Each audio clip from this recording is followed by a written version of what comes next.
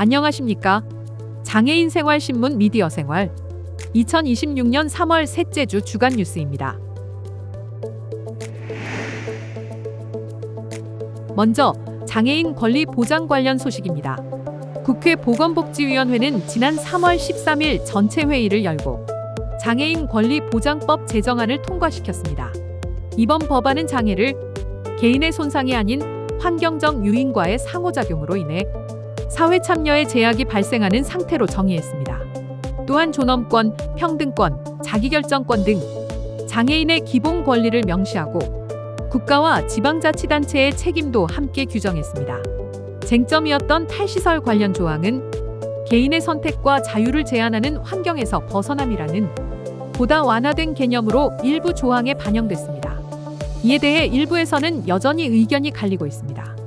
장애인 단체는 권리 보장 체계가 약화됐다고 지적한 반면 일부 단체는 해당 조항에 대한 우려를 제기하고 있습니다. 정은경 보건복지부 장관은 장애인의 선택권 존중이 기본 원칙이라며 지역사회 자립과 시설 환경 개선을 함께 추진하겠다고 밝혔습니다. 법안은 향후 법제사법위원회와 본회의를 거쳐 최종 제정 여부가 결정됩니다. 다음은 기초연금 개편 논의 소식입니다.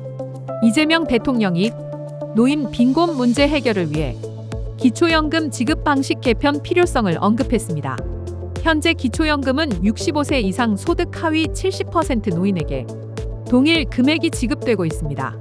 이에 대해 이 대통령은 소득이 없는 노인과 일정 소득이 있는 노인이 같은 금액을 받는 구조는 개선이 필요하다며 향후 인상분을 저소득층에 더 많이 지급하는 이른바 하우상박 방식을 제안했습니다.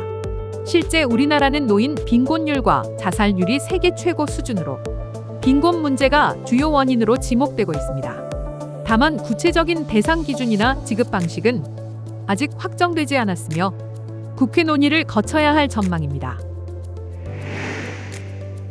이어서 청년 주거 지원 정책입니다.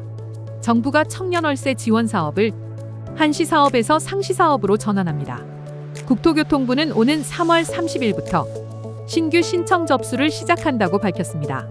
이 사업은 2022년 도입 이후 약 22만 명의 청년에게 월세를 지원해왔으며 올해는 약 6만 명을 새롭게 지원할 계획입니다. 지원 대상은 만 19세에서 34세 사이 무주택 청년으로 소득과 재산 기준을 충족해야 합니다. 선정된 대상자는 월 최대 20만 원씩, 최장 24개월 동안 지원받을 수 있습니다. 신청은 온라인 복지로 또는 행정복지센터 방문을 통해 가능합니다. 정부는 이번 제도 개편으로 청년 주거 안정과 정책 신뢰도를 높일 수 있을 것으로 기대하고 있습니다. 마지막으로 인천 지역 장애인 복지 정책 소식입니다. 인천시사회 서비스원이 장애인 복지 중장기계획 수립 연구에 착수했습니다. 이번 연구는 2027년부터 2031년까지 향후 5년간 인천 장애인 복지 정책 방향을 제시하기 위한 것입니다. 특히 재가 장애인 500여 명을 대상으로 생활 전반에 대한 실태조사를 실시해 정책의 실효성을 높일 계획입니다. 인천시는 그동안 지역사회 자립 지원과 통합 돌봄 확대 등 다양한 정책을 추진해왔으며 이번 연구를 통해 보다 체계적인 복지 기반을 마련할 것으로 기대됩니다.